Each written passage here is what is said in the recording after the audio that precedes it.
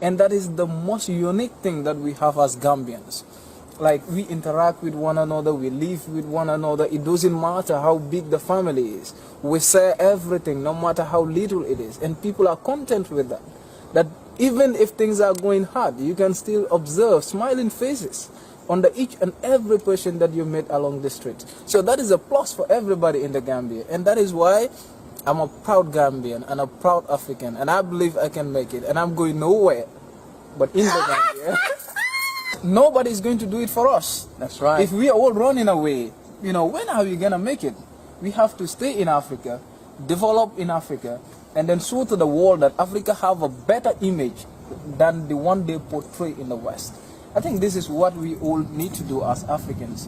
And then we promote that as Pan-Africans and also as Gambians. Excellent. I couldn't have said it better myself, actually. I propose that you come and do some shows with me. This brother's got it going on. Yeah. But seriously, I think that the misrepresentation of Africa has, I mean, it permeated my brain, and I knew because I was coming from a Pan-African background, but still, the images are forced upon us. So I think you young Gambians have a responsibility to show the other side of Gambia, the Gambia that, we diasporians and many people in the West don't see. They just don't see it. Exactly. I think that is the work of the academics. That is the work that we need to do as young scholars. For far too long, people have been portraying Africa negatively to the outside world. And we know that that was done by individuals whose sole aim was to dominate Africa, to exploit Africa's resources, and then to continue to colonize us politically. Now, our role as academics, as young scholars, is how do we make sure that this picture is changed from the literature itself, going back to rewrite the books, to rewrite the history of Africa, and then to show to the world that we have a better image that the world is actually seeing as of today.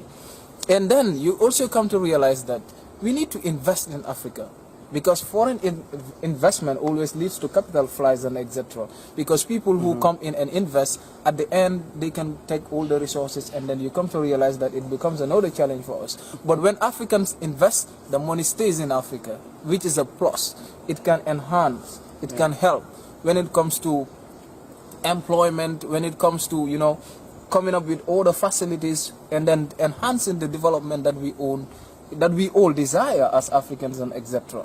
I think that is what we need to do as we speak, and that is what we all Africans need to be thinking into that particular line, like trying to see how we can repent that particular picture shown by the outsiders about Africa.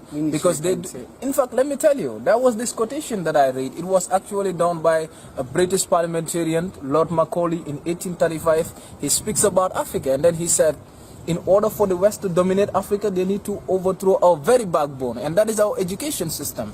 When we believe that everything that is Western is correct, then they can dominate us forever. Exactly. And that is 1835. They've been working on those bases. So today it is high time, because we know the realities. Let us try to rewrite the history. Let us try to work again and attract investment in Africa by Africans.